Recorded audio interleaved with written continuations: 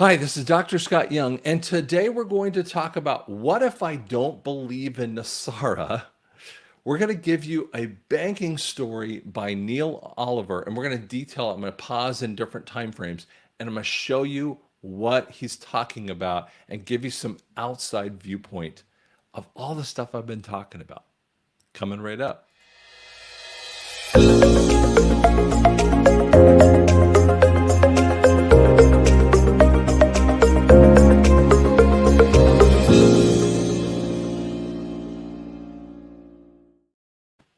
Of So let me the bring him up on the banks. screen. Takes me a second here World to fell. kind of set it here with this. Who's Neil Oliver? Neil Oliver is a UK researcher, anthropologist kind of researcher. He doesn't call himself an anthropologist, but he frankly is a very good anthropologist. And one of the things that he was talking about one time, the only time I really had seen him fully, is in a three-part series about Vikings, and he was talking about the influence. Now you have to go back basically pre, 1066. That would be when the Norman invasion with France, but it's which means that it is in an Old English time frame. Old English is about 500 to 1000 AD. Middle English is from 1000 to 1500 AD, and then when you get to modern English, it's 1500 and beyond. So that's why you hear Shakespeare and you hear the original part or portions of the the King James version, 1611. When you have those kinds of things, and Shakespeare is 1590 to 1610, when you have those two types of wordings, some people mistakenly believe that's Old English. Old English is so difficult to understand that it's written, and Beowulf is one of the stories that is well documented, and it is very difficult to understand. You might catch a quarter words here or there. I mean, maybe 10% of the words probably. When you hear Middle English, people who were studying language would understand Middle English. Middle English, you can kind of get about a third to maybe half of the words. Gorgeous language, very lilting with that too. And so he will document, and he's talked about how the Vikings were all over the modern and even ancient worlds, even over to the Far Easts. And so I'd heard him before, and then he gets on and does a variant of statements throughout this 2 hour interview. And I've got it cut down to about 10 minutes that we're going to really deal with, or we're going to stop at 8:44 of this particular one, because we're going to talk more about banking. Okay. So we'll let him go. And the first part I want you to think about is who cares about money? And so you're going to start seeing this in an introduction, and I'll pause at different time frames with that too. So let's listen in. Finally into the grip of the banks. It fell finally into the grip of those unelected, unaccountable, for-profit groups. Now, when he's talking about that, I'm going to pause here. What he's talking about this, and you think, well, that's right now. Is he saying that? No, he's saying that in 2020, around that time frame, people started awakening to this concept of the banks actually have been existing for a long time and just about themselves, and they are the primary drivers of the ship of politics. And that's where he's giving you that issue. And that comes in the earliest 20th century. Whom everything was only about money and power. And for them, they became anywheres at that point. They didn't care about, didn't care about Britain, didn't care about America. They just cared about money. And I think that has been I think we lost in that slow motion consequence of the 20th century, or the first half of the 20th century, that all of what had been before, that kind of love of country, that kind. So in now we get that. I mean, but a lot of people have not understood that, which means that your relationship with banks have been kind of fractured. the banks used to be your friend and your responsiveness to you. I mean, they would help you in many ways, and it doesn't mean that they can't. It means that when we go into the QFS and some of this NESARA stuff that you've heard about, and you go, I just don't see it. And here's a guy, and by the way, Tucker doesn't understand it either, but they start dancing on topics that I've talked about. He morphs himself away into patriotism. And he's talking about a sovereignty point, which I find fascinating because it is one of the second hallmarks of the NESARA JASARA kind of thing. JASARA for each one of the nations points.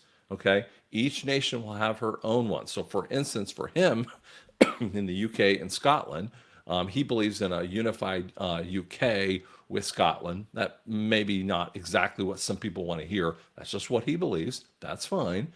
But as each one of these nations start to figure out who they are, this is really, really important. They're not going to be collapsed into, for instance, North American continent with Canada and maybe even Australia, which is weird, and with Mexico. That is not what we're looking for. I want Canada, I want the UK to be her own country. And listen to how he talks about it. Of patriotism, that kind of identity, I think that was unmoored, unhitched at that point, and something very large and slow moving just began to drift like a great liner that, was no longer on its safe anchorage. And it's only now that with our kind of 2020 vision of hindsight that we're able to look back and see that happened. When was the last time Britain had a leader who believed the country was more important than the banks? Well, Okay, so now Tucker asked a great question, but he now shifts gears, and I want you to understand this concept of the City of London. Now, we actually have Dr. Jan Halper. She actually talks a lot about this too in the 1600s. This is a really important point. But it's not just the banking conversation, because there are three centers of power. There's DC, which has the governmental power. The second one is the City of London, and they have the banking power, and he's going to explain that one. Now, the last one is the Vatican, which is the religious power. Now, many people, when they hear this on the first end of this or the front end of this conversation, they think of the beast system in Revelation 13, Revelation 6. And the answer is, that's exactly what Satan wants to do. Don't get me wrong. I 1000% know that's what he wants to do. But Satan has no control over this. Satan cannot set up those three systems. And guess what happens? This great awakening is killing off all three of those. That doesn't mean the mark of the beast is already gone, because what they've tried to do. It means that they've tried to fake that system. Okay, the mark of the beast and the concept of a beast or a real man that we talk about in our tribulation series comes later. But again, Satan and absolutely all the people, when you look at it from their viewpoint, the cabal's viewpoint, they were trying to create the mark of the beast and the systems of the beast, if you want to say it. And that's where most people don't understand, because they don't go back to the Bible and ask what it really says about its own concepting. Okay? Satan always loves to distort, lie, steal, kill, and destroy kind of stuff, right? But that's a distortion of it. And so when you see the distortion, that's the messed up nature. So let's listen in to what he says about the City of London. You probably have to go back to pre-1694 and the establishment of the Bank of England. I mean, that's when the Bank of England was set up, and that became the model for the Fed in 1913, and the creature of Jekyll Island, and I think, but then where do you start? The City of London was established by at the time of William the Conqueror, of course, and is a state within a state. It's like the Vatican. It's a separate entity.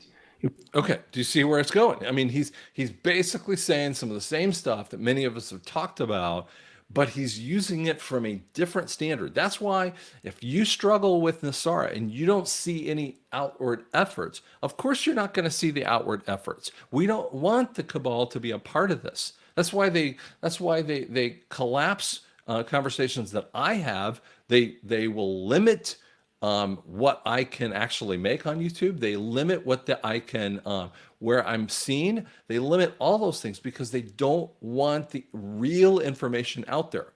Because what the cabal wants to do is create, keep their City of London going. They want to keep the banking kind of things going. And notice what he says about the governmental interaction with the City of London, the banking center.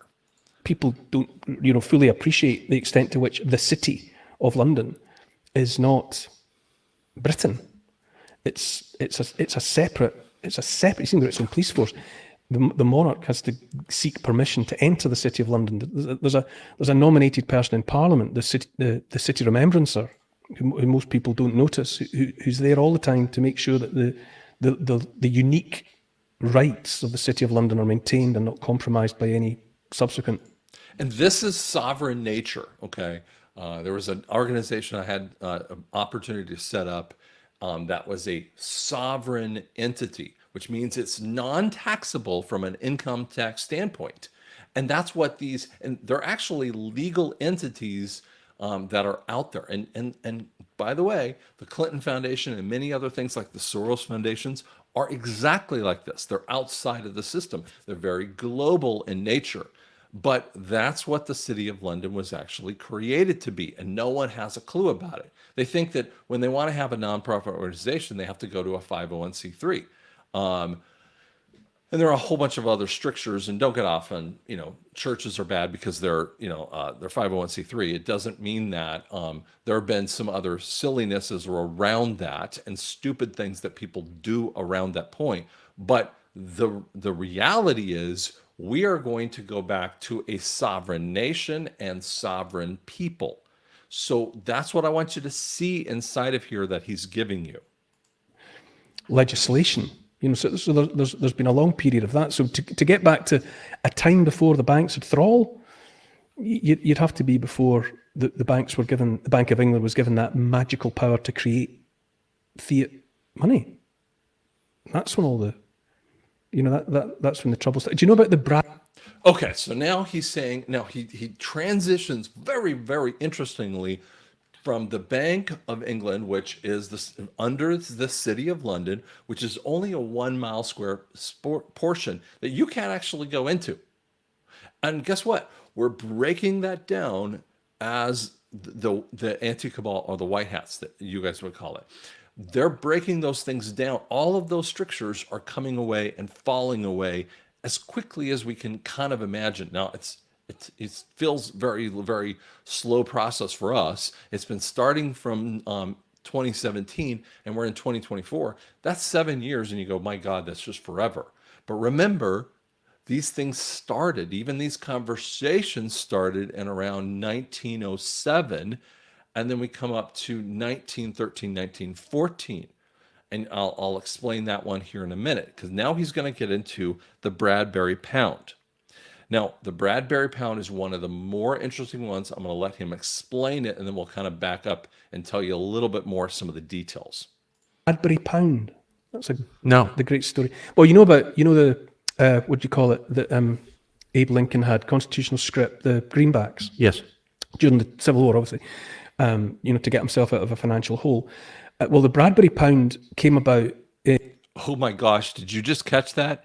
He loads in the conversation of the greenback dollar, and it calls it a script, but it's really the greenback dollar. This is where we get the concept of I want greenbacked, okay?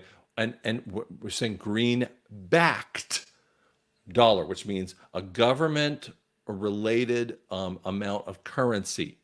And it freaked everyone out, pissed them all off, and led to Lincoln being assassinated even after the Civil War happens. And it's because of the greenback dollar. Most people don't understand that history point. In 1914, because there was a run on the banks, war was declared, and people panic. And people are going to the banks with their bits of paper, the big banknotes. I promise to pay the bearer on demand, the sum of £5, £10, whatever. And in those days, you could actually get that transformed into gold.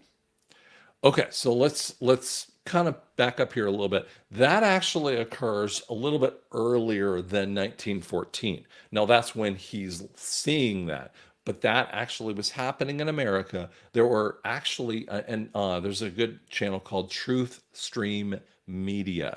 Truth Stream, one word, media. Great couple that do gorgeous information with that too. If I can find it, I'll try to put it in the description here. But what he's referring to is this time frame that actually happens pretty much before 1907. It happens through the late 1890s, and there's bank runs over and over again on a gold-backed currency. And we think, well, why would that happen? Well, they create a panic, and then people think that they got to take their money out. Who created the panic? The governments. Okay, that's what he's going to intimate over and over again. Who created World War I? It is one of the most fake wars in the history of the world. You don't understand that, but Prince Ferdinand and his wife are killed in Sarajevo, a hotbed of activity, and they're killed in Sarajevo, and it should have been a very localized war, but suddenly Russia and all of these other nations, Germany, all these nations start taking sides. England, France. I mean, and it became so difficult to do this, to identify which nation was a part of it. They called the war to end all wars, or the Great War. And then only later on did we call it World War I. We didn't call it World War I at the time. It was the Great War, or the war to end all wars, because what we felt like is that, my gosh, this got to feel like Armageddon or those kinds of Revelation battles, right? Book of Revelation. And actually some of the intimations of many of the charts in Revelation that have been utilized for basically over a century were created by those guys who were living through, pastors who were living through the Great War. And so that's some of the background that you got to understand. You could get the commensurate, the relevant bit of gold. Yeah, it was transferable, had value. And so the banks had a run on. Now they closed the banks, but there was an extended bank holiday. The bank went scuttling to the Treasury. David Lloyd George was the person they sought out. The Treasury, the government, must have had an inkling that it was happening, because within 3 days, legislation was rushed through Parliament. Okay, so he's talking about bank runs, leads into, oh my gosh, Treasury, and suddenly they have legislation. Well, this screams of that. Most people don't see it. They go, well, they just were responding. And I'm like, no, they weren't responding or reacting. They created the reaction of the bank run. Why? Because major things were happening in the background. Now, only World War I was just another example of those false flags, those events that pushed us to it. Even the Titanic was one of those events. Now, the Titanic actually was trying to bring about the Fed, and these were already in play. But you got to see what that nature is. And they create the bank run, which has to come into only 3 days later, which is fascinating, because it wasn't like, oh my gosh, well, we got to take care of this, right? It was created. It was a created event. We knew what that was going to be. It's like having the rules on a basketball court, knowing that there's going to be chaos in the last 30 seconds of a game because it's 117 to 117. They already know the score. They know what's going to happen, and that's from a banking standpoint. And they know that there's going to be chaos, but they created the level of chaos. So they must have had something kind of ready to go. And they created treasury notes. And the first Lord of the Treasury was a man called, I think it's John Bradbury anyway, and he put his signature was on these notes, and their nickname was the Bradbury Pounds. And so the banks reopened. The people were still queuing up, wanting to transfer their bank notes into gold. They were persuaded to take these treasury notes instead. So instead of having, and this is what they were scared about, instead of having the banknotes that you can get gold directly from, we're going to talk about that in a minute. What the Bradbury note was to come in as an interest-free, a debt-free kind of currency that was backed up by England, which frankly would be the City of London. Now, remember, this is how they think about this stuff, okay? And so there's a lot of interesting parts when it comes to currencies. And people said, well, what's the value of these? And they were debt-free and interest-free, and they were underwritten by the notional value of Britain. Everything that Britain was or is, its creativity, its people, its labour force, its industry, everything. That's what underwrote the Bradbury Pound. And for whatever reason, people accepted it. Okay, I'll take these Bradbury Pounds. I'll take these treasury notes, not banknotes, treasury notes. So it's an initialization of fiat currency, and I'll explain that one just a little bit, but it's not a pure initialization. It was a transfer. It's kind of like it's a intermediary step. They knew that they couldn't bring it into a interest-bearing, like a interest for the government, but which is what bonds are. U.S. bonds, governmental bonds are just interest that you might get back after a very long time frame, only after they mature 1, 5, 10, 15, 20 years, right? Depends on which type of note that you're looking at with that. And so that's what bonds are trying to be set as. They don't have any real value. They only have value when you turn it back in. And if the Fed is down at a low enough rate, then a bond has a value. But if the money has no value, that bond has no value. Okay? And so they created this intermediary step, and they knew it. They knew it. It's interest-free, debt-free. And that saved the day. The run on the bank was averted. Now, almost at once, the banks said or realized, we can't have this. So we go from, everyone's trying to take their gold out, which is bad for the government. They, within days, institute something called a Bradbury note, okay? And the Bradbury Pound, the Bradbury Pound, which is an interest-free kind of intermediary point that I'm going to explain here in just a minute, a little bit more about what that actually did, introduced a concept that was so brilliant, but so sick in different ways. You can have brilliant concepts, but it's very sick to the world. Like, for instance, the nuclear weapon, it's a very sick kind of thing. It introduced something that shouldn't actually, you don't really want to have around here in the world. Now, then they created another problem, but they already knew what the answer to the problem was. They created an interest-free loan, which is not good for them. So they moved into a secondary phase of creating fiat.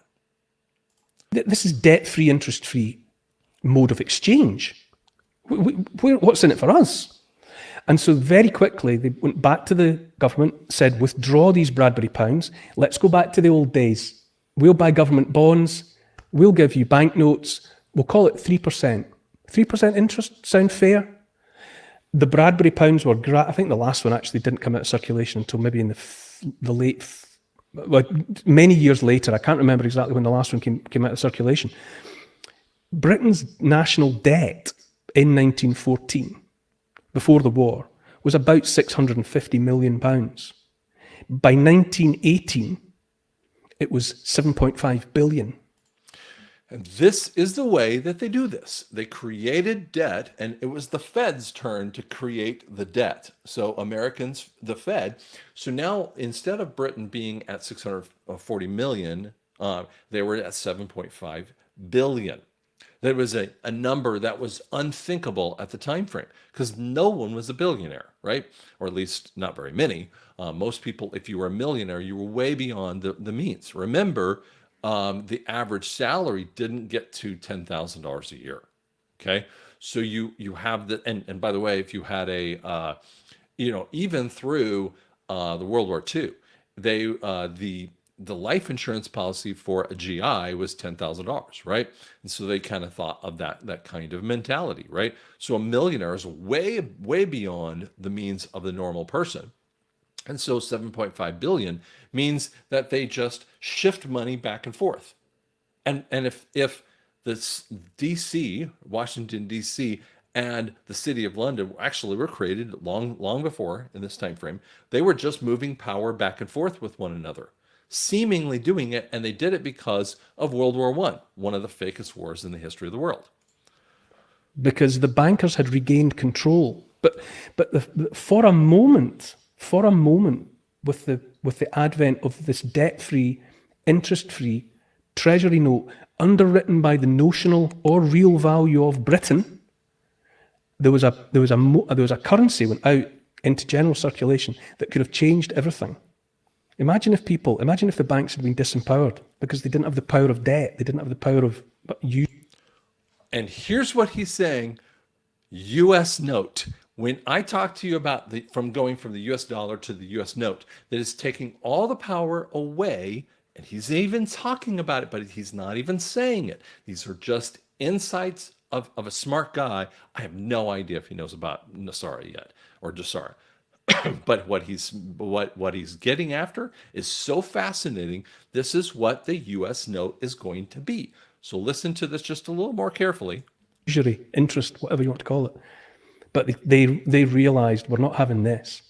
So having been got out of the hole of the run on the gold, the Bradbury Pounds were taken away. Nobody noticed. There's a war on, and the national debt that began its cycling upwards. Could crypto be a Bradbury Pound? Okay. I hear very strong voices on either side. Let me back up here just a little bit, moving it forward just a hair on this. I'm not really sure that I properly. I'm in an expert in a position to say whether I think it's the freedom of humanity or not. I hear very strong voices on either side. People say it's a Ponzi scheme and a con and don't go near it. Other people say, no, this is the foundation upon which we will rebuild society. And for them, they became anywheres at that point. I'll make no bones. I hear very strong voices on either side. People say it's a Ponzi scheme and a con and don't go near it. Other people say, no, this is the foundation upon which we will rebuild society. Wait a second. He's talking about a type of crypto that can be rebuilding society. I want you to understand the terms that we talk about. QFS, Quantum Financial System. I have no idea how much he knows about this stuff, but he is literally saying it out in it's a sidelong thing, right? It's a secretive kind of way. It's a left-handed kind of turn that you see and you're going, what? This is cool. Oops, sorry. Keeps kind of moving forward to the wrong spot here. I hear very strong voices on either side. People say it's a Ponzi scheme and a con and don't go near it. I think there are elements about it. Distributed ledger, blockchain. I think somewhere within there are profound solutions, because I have asked and had a vague yes whether or not you could use the blockchain protocol to have, say, a news channel that couldn't be shut down because it's okay. So here's what I want you to understand: is that he's saying a distributed blockchain ledger. Blockchain is knowing where all the funds are going. Okay, but Bitcoin isn't that way. Okay, Bitcoin's a little like the QFS, but a distributed, which means that it has to be done by the government. Now, to go backward one step here, the Bradbury Pound was actually a quantitative easing. So he transfers into these kinds of things. So the introduction of a quantitative easing, easy for me to say, is that it buys back the bonds using the money that doesn't exist. So again, we walk from these steps of a bank run to an interest-free or treasury notes that don't have any interest, which was a bad idea in their mind. Well, of course, they created it to be that intermediary step so that you would just get through it, because they wouldn't have gone from getting gold out to all the way over here to the Bradbury Pound. They wouldn't have gone that far, because that's an interest-free loan. And you're going, well, I'm not going to do that. I'm not going to go into that kind of level. So they made steps to it. A treasury note. Now we're not talking about like the one we're going to deal with here, the U.S. Treasury note, but this treasury note to this idea of the Bradbury Pound, which was a quantitative easing. So it is actually more of a bond. And then they pulled that one back, and then they created their fiat. So this is how they think they're doing it. And by the way, they're trying to do this today, but they're failing every single time, because that's exactly what the Great Reset does. They create runs on the banks and all the bad stuff that you've been hearing over the last couple of years. And so I know you people don't believe in NESARA. They create all this stuff like PNC Bank and all these other banks that are failing, and they tell you that it's failing. And you have supposed truthers that tell you that the banks are failing, get all of your money out. That's ridiculous. That's called bank running. Okay, that's creating bank runs and inside of fear. Okay, that's a fear porn. It's never going to happen that way. Then they create an intermediary step of adding some money to you so that you can feel better about this, which is the type of FDIC, right? And I always say, kind of like FDIC is an interim step point. And then we move into, oh, well, we're going to give you a bond, but that's only another intermediary step of quantitative easing, so that calms everything down, but it creates a debt. And so it goes out into a final point of the debt, which they reintroduced the pound only a little bit later, right during World War I, to do all this stuff. And then it moves into, and then he morphs this conversation again into the distributed ledger point. And the distributed ledger takes all the power away from the banks. Wow, wow, wow. Peer-to-peer, the currency exchange with Bitcoin is peer-to-peer, person-to-person, without the intercedence of a bank. And hypothetically, they say, yes, you could distribute information. You could transact. Bitcoin essentially is a transaction of information. So therefore, you could exchange news.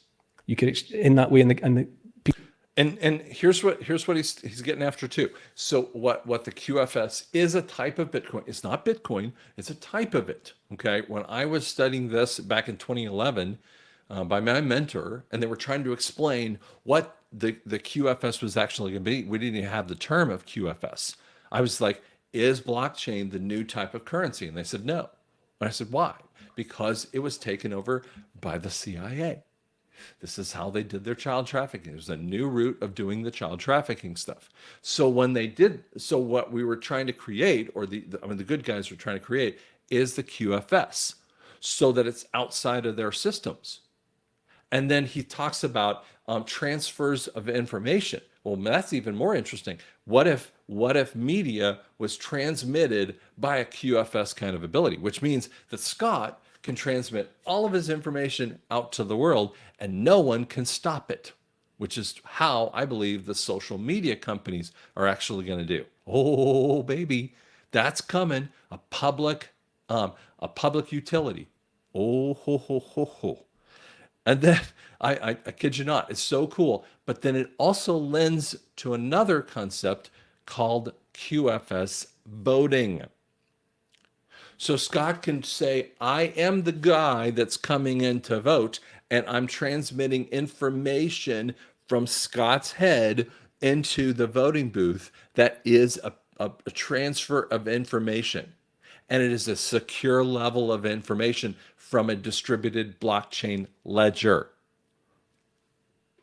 We're not talking about QFS. We're not talking about XRP or XLM stuff, which I think are some underpinnings underneath it of transfers between banks, but it is not the system. And here's why I say he's talking about the QFS system, but I don't even know if he knows it, but he's talking about it in a brilliant way, very left-handed for what most people feel like.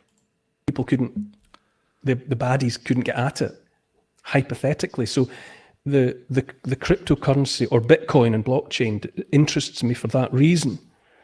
And although I listen to very strong voices saying don't go anywhere near Bitcoin, it's been hacked, the banks have got control of it, and so on and so on. I think somewhere within that thinking there might be some of the answer. So as we kind of finish up here, I wanted you to see how this actually worked and what they were trying to give you for that point. It's just a gorgeous statement out there. I'm going to try to pull back here a little bit. There we go. But what happens here? Sorry, it's just trying to change the view. But what we're dealing with here is this overall concept. The QFS has actually been thought of for a very long time frame. The way that they have created, they went from gold all the way to fiat, had to have several steps. And the Great Reset has been tried over and over again. The Great Reset is just another type of fiat, but it's a pure digitalized system that has no distributed blockchain. They would have all the controls. That's why Donald Trump has actually said there's not going to be a CBDC. Okay, you cannot have a CBDC. So stop with the concepts of bank runs, which is take all your money out of the bank. Stop with the concepts that the XRP is the QFS. No, it's not a currency. It cannot be those kind of things. And stop with the concepts that we're going to go into a CBDC. All of those things have been hijacked before they ever did it. Okay, it's like no. In a better way of saying it is, instead of having a hijack on an airplane, we actually caught the guys before they ever got onto the airplane. In essence, that's what we've done with the QFS. We've hijacked the people before they could ever get on the airplane. And when you were learning about it in 2020 and the Great Reset, it was already dead. It had already died because, frankly, the quantum financial system was kind of introduced in a very unique way in 2019. And that kind of systems those kinds of systems are the fascinating foundation of a sovereign society. And all of what he said screamed NESARA. And so I'm trying to give you an overall basis. You might have to go backward and listen to it. You can check out, I'll try to put his link out there with Tucker Carlson's link on this particular one. But guys, Tucker does a great kind of stuff here. So I just think you guys need to be calm. The QFS is coming. It's already online. You don't have to go buy it. You don't have to go do that stupid stuff. I never tell you to do that. Do not think it's me. That's a faker. Okay. The real QFS is already set and you don't have to do anything. You will sign into it in the correct time that everyone will know about. It's not a secretive point. Everyone will understand it. And I hope that helps you out, guys. So if you like this, put a like in there. Subscribe. It really helps me out. Thanks.